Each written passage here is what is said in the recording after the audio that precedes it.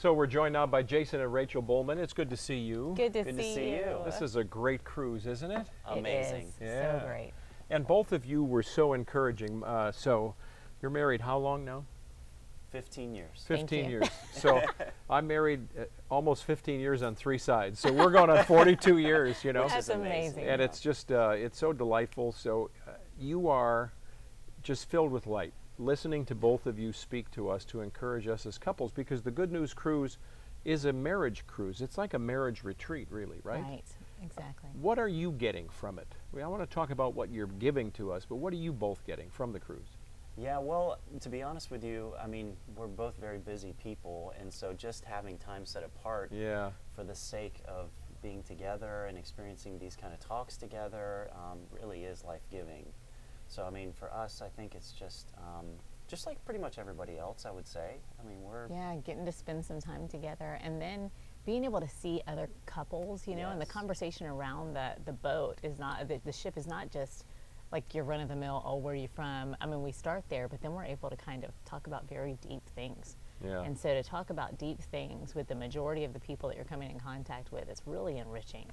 And to just be in community, right? I Yeah. mean, we've Right. come out of a time, and I know we've been out of it for a while, where you can't hug, you can't kiss, you Right. can't have a Christmas tree. True. Right. And now we can walk down the hall, and I'll see your lanyard and go, hey, Yeah, you know, it's just exactly. nice to know we're surrounded by 830 or You're so not of our alone, best right? friends. Yeah. We're not alone. It's great. And we happen to know several of them, and one beautiful thing that came out of it is that Teresa Tomio and her husband, he's a deacon just like Yeah. I am.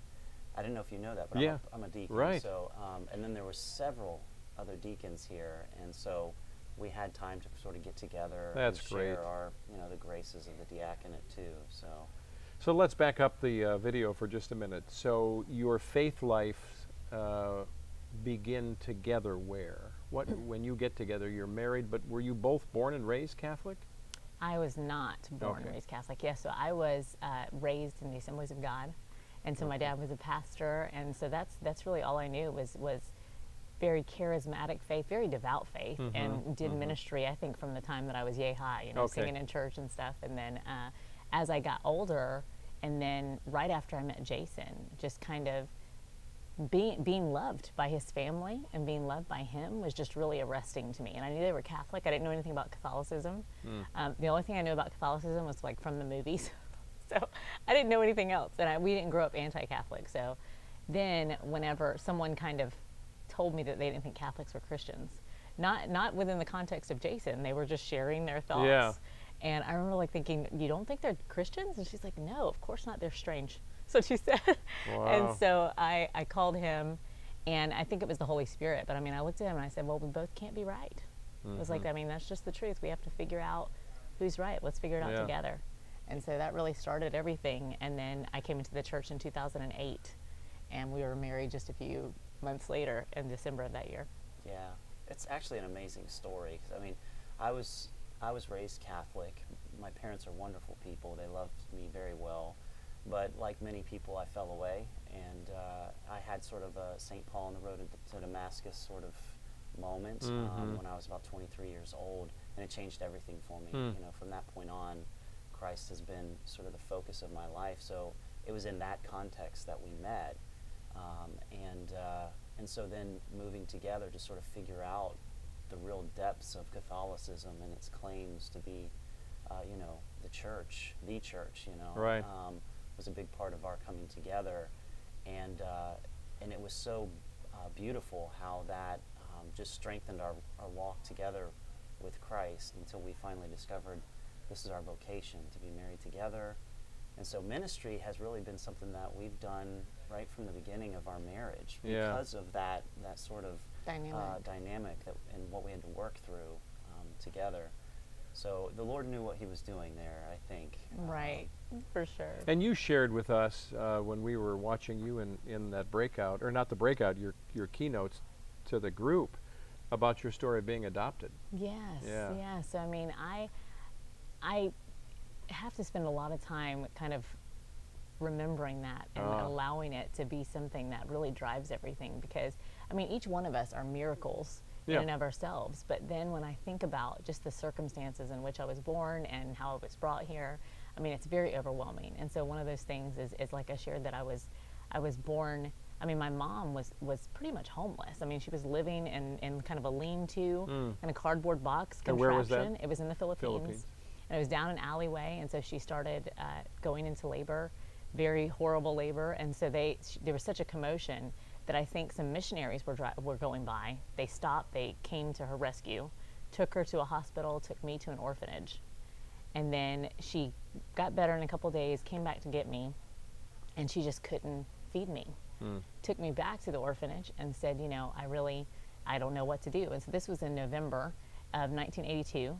And then if you back up to September of 1982, my adoptive mother told me that she was washing dishes. She had miscarried. She had my 2 brothers, and she was washing dishes, and she said, Lord, if I could have anything for Christmas, I want a little girl. Oh. And so if you fast back forward to November, they come to them because they had heard there's this American couple that wants a little girl. And so they said, there's a little girl that needs a home. And my mom was like, I'm not going to get my hopes up. She told my dad, she said, you go and you can go and meet her. And you come back and tell me what you find. And so he goes to meet me, comes back, and he says, my mom's like, how was it? And he goes, I met our daughter. Yeah. And so for Christmas of that year, 2 weeks Wow. after I was born, they adopted me in the Philippines. What a great story. Yeah. And there's so much there. I mean, I could spend hours, you know. What do you both do in real life? Are you working? Are you full-time mom? What? Right. Dad? Right. So I ended up going into the medical field, so I'm a physician assistant. Okay. I work in orthopedic surgery. I've done that for about 15 years, about the same time that we got married. I was finishing up school to start, and so yeah, the first 10 years of my career were very inundated with work, for sure. So you're in the OR, you're rounding, Yeah. you know, you're seeing patients in the clinic. So I see, 30 plus patients in the clinic every day. So I'll we're ask pretty you about busy. my knee later then. That sounds Right. great. Usually, it's funny, and anywhere I go, He's done it a few Yeah. times on the cruise. It's so great, just and then I'm a deacon at church too, Right. so everybody knows I work in orthopedics. Yeah. So it's like, hey, deacon, by the way, Yeah. This is job security, though, Well, Like right, right. So It's been good. So yeah. And then in your spare time, I mean, he writes and then is able to do things like this, Yeah. in Right. his spare time. And you've got 6 kids who are 6 you working kids. outside of the home? Well, or is no. that- So my full-time gig is those kids, and Yeah. I think that it's so important for people to understand that no matter what you're doing or what you're called to do, work outside of the home or you work at home or you're a stay-at-home mom or dad, everything has to flow from your vocations, And so anything that I write or things that I go out and speak on, I mean, he's the first one that reads it, and it very much comes from our conversations and just the culture that's in our home. And so they're definitely my first gig in life is to be his wife, to be the daughter of God, and then to be That's their beautiful. parents. And so they're excited. We talk to them every day, but they understand now as they get older, that our family is something that is given to us, but it overflows into the world. Yeah. And it's just been such a beautiful journey to share with them, and they're just as excited about these things that we get to do. When you spoke to the group, and you speak as a married couple, and is this a ministry that's now growing for you beyond the Good News Cruise, and you're hoping to spread? It seems Your like it's wings? growing all the time. Right. Yeah, yeah. It's nothing that's set in stone, Yeah. It's just, but, when you go do something like this, people are like, hey, can you come to our parish? Interesting. Or Yes, do this sure. sort of thing. Yeah, So and I think we were at dinner the other night with the Crestas, and Al was so sweet. He leaned over to Jason. He's like, I mean, you better buckle up. He's like, Yeah. he said, that was really good today. He's like, Oh, you better great. just buckle up. Yeah, we were both laughing. We were like, okay. Yeah. So, Yeah. but whatever God wants. So it's been a beautiful thing.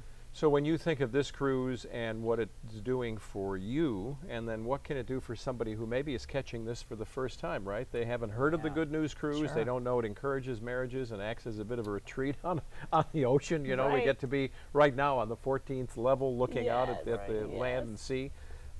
What would you say? What's the encouragement from you as a couple of why somebody should consider coming on the Good News Cruise 2025 or beyond? I honestly can't think of a better setting than this because, I Yeah. mean, you really kind of get this whole complete experience. It's not just like a day seminar or something, Yeah. but it's great talks. There's time to unpack it, not only with your spouse alone, but then you talk with other married couples. I mean, people are crying all over the place, kind of sharing their hearts and being vulnerable. And then, And then not only that, but then you can go out and it's beautiful. Mhm. And there's something very evangelical about beauty. And It's so, true. you know, if you're in the right setting and your heart is disposed, then God can really work.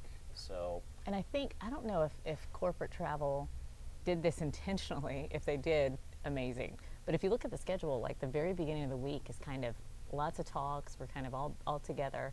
But then slowly the schedule kind of lightens and there's more time for people to be together. And it's a really beautiful thing because you get all of this food in the first couple of days and then you're kind of digesting it through the week. And I think I've actually been texting some of the young adults and young adult married couples back home. They're like, how is it? What's going on? And I'm like, you have to do this.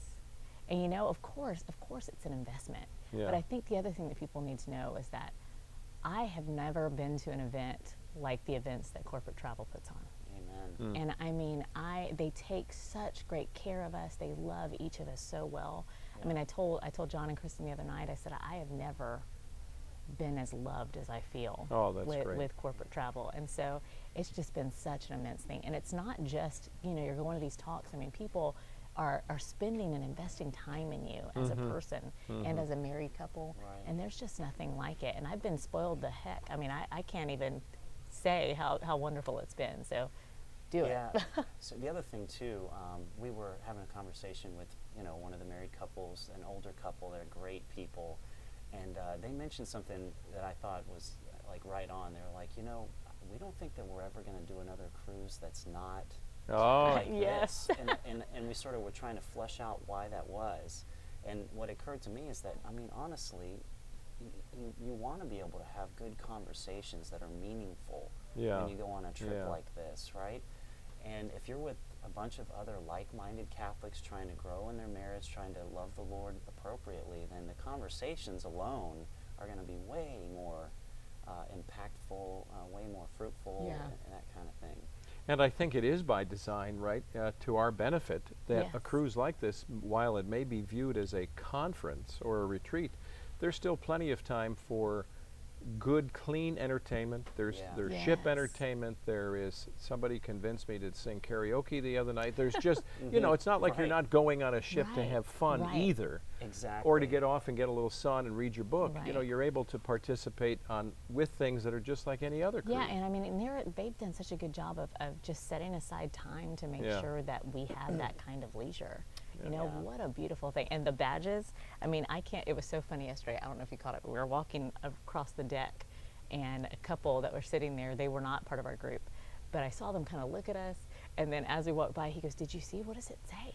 What's the badge say?" Because I guess they were seeing everybody with the badges, and so we're the badge people, and so it's been a great conversation starter. to Well, have when you these. think of the percentage of over 800 of us, the Yes. badge people, that's really Right, interesting. exactly. Right. But, you know, I know now that as we're walking past someone with a badge, we're saying, like Yeah. in your neighborhood, you're waving in your neighborhood. Right. Some neighborhoods are more waveable than others, right? Exactly. But then this idea of good news, it's got a Mm-hmm. really Right. interesting multiple meaning to it. It's the good news of Christ, and yet it's also in a world where just turn on whatever favorite network or Yes. channel, there isn't much of it. Right. Just to be in a place where there is good news. Yeah. And both of Amen. you have brought that to us, so we're so Thank you so encouraged, my much, wife and Chuck. I in particular.